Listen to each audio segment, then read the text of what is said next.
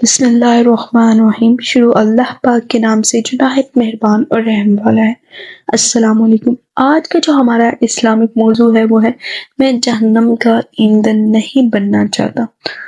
سلطان نور الدین بہت بڑے متقی اور پرہیزگار تھے۔ ایک مرتبہ ان کی اہلیہ محترمہ نے ان سے کہا، آپ کو اللہ تعالیٰ نے بادشاہ بنایا ہے اور حال یہ ہے کہ آپ کی اہل و عیال تنگ دستی اور غربت کی زندگی بسر کرتے ہیں۔ فرمایا، میں نہیں چاہتا کہ ناجائز ذریعے سے خود عیش و عشرت کی زندگی بسر کروں یا اہل و عیال کو عیش کرواؤں۔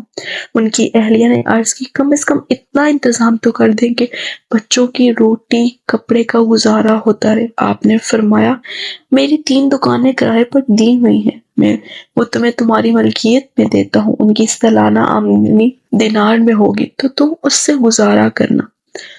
کچھ عرصے کے بعد ان کی اہلیہ نے پھر خرچے کی تنگ دستی کی شکایت کی۔ سلطان نے فرمایا، جو کچھ میرے پاس تھا وہ میں نے تمہیں دے دیا، باقی جو کچھ تم میرے پاس دیکھتی ہو اس میں میرا کچھ حصہ نہیں، یہ سب عوام کا ہے۔ میں صرف منتظم ہوں، محافظ ہوں اور امین ہوں، میں اس میں سے تمہیں کچھ نہیں دے سکتا۔ تمہاری خاطر میں جہنم کا ایندھن نہیں بننا چاہتا۔ سبحان اللہ، ایک بادشاہ کا یہ حال ہے۔ یہ تھا آج کا ہمارا اسلامک واقعہ۔ ملتے ہیں ایک نئے اسلامک لیسن کے ساتھ۔ Stay tune for further. اللہ حافظ۔